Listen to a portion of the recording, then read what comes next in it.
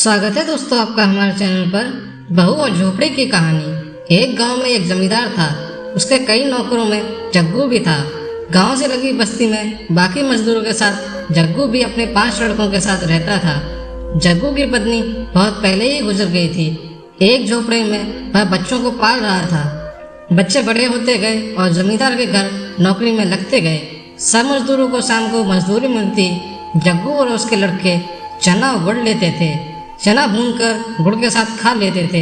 बस्ती वालों ने जग्गू को बड़े लड़के की शादी कर देने की सलाह दी। उसकी शादी हो गई और कुछ दिन बाद गौना भी आ गया। बहुत लोग इकट्ठा हुए नई बहू को देखने को। फिर धीरे धीरे भीड़ छटी।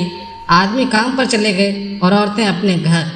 जाते जाते एक बुढ़िया बहू से कहती गई, पास ही घर है, किसी चीज़ की ज़रूरत हो तो संकोच मत करना, आ जाना लेने।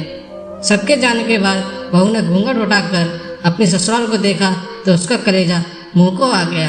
जर्जर सी झोपड़ी, खूंटी पर टंगी कुछ पोटलियाँ और झोपड़ी के बाहर बने 6 चूल्हे। जग्गू और उसके सभी बच्चे अलग अलग चना भूनते थे। बहू का मन हुआ कि उठे और सरपट अपने गांव भाग चले, पर अचानक उसे सोचकर धक्का लगा, वहाँ कौन से नूर गड़े हैं, माँ है नहीं, भाई भौजाई के राज में नौकरानी जैसी जिंदगी ही तो गुजारनी होगी। यह सोचते हुए बहुत रोने लगी। रोते रोते थककर शांत हुई। मन में कुछ सोचा। पड़ोसन के घर जाकर पूछा, अम्मा एक झाड़ू मिलेगा? बुढ़िया अम्मा ने झाड़ू, गोबर और मिट्टी दी। साथ में अपनी पोती को भी भेज दिया। वापस आकर बहू ने एक चूल्हा छोड़ बाकी सब फोड़ दिए। सफाई कर गोबर मिट्टी से झोपड़ी और द्वार लिपा। फिर उसने सभी पोटलियों के चने एक साथ किए और अम्मा के घर जाकर चना पीसा। अम्मा ने उसे साग और चटनी भी दी। वापस आकर बहू ने चने के आटे की रोटियां बनाई और इंतजार करने लगी। जग्गू और उसके लड़के जब लौटे तो एक ही चूल्हा देखकर भड़क गए।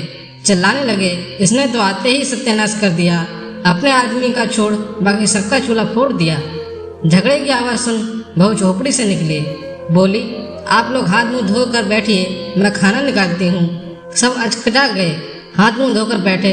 बहू ने पत्थर पर खाना परोसा, रोटी, साग, चटनी। मुद्दत बाद उन्हें ऐसा खाना मिला था। खाकर अपनी अपनी कथरी लेके वे सोने चले गए।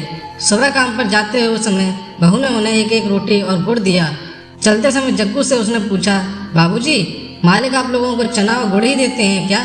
जग्गू ने बताया कि मिलता तो सभी अन्न है, पर वे चना गुड़ ही लेते हैं, आसान रहता है खाने में। बहू ने समझाया कि सब अलग अलग प्रकार का अनाज लिया करें। देवर ने बताया कि उनका काम लकड़ी चीरना है। बहू ने उसे घर के ईंधन के लिए भी कुछ लकड़ी लाने को कहा। बहू सबकी मजदूरी के अनाज से एक एक मुट्ठी अन्न अलग रखती। उससे बनिए की दुकान से बाकी जरूरत की चीजें लाती। जग्गू की गृहस्थी धड़ल्ले से चल रही पड़ी। एक दिन सभी भाइयों और बाप ने तालाब की मिट्टी से झोपड़ी के आगे बाड़ बनाया। बहू के गुड़ गाँव में चर्चित होने लगे। जमींदार तक यह बात पहुंची। वह कभी कभी बस्ती में आया करता था। आज वह जग्गू के घर उसकी बहू को आशीर्वाद देने आया। बहू ने पैर छूकर प्रणाम किया तो जमींदार ने उसे एक हार दिया। हार माथे से लगा। बहू ने कहा कि मालिक, यह हमारे किस काम आएगा? इससे अच्छा होता कि मालिक हमें 4 लाठी जमीन दिए होते, झोपड़ी के दाएं बाएं, तो एक कोठरी बन जाती।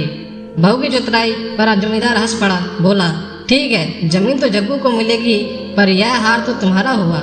इस कहानी से हमें यह शिक्षा मिलती है कि कोई भी घर एक औरत पर निर्भर करता है। वो चाहे तो उस घर को स्वर्ग बना सकती है।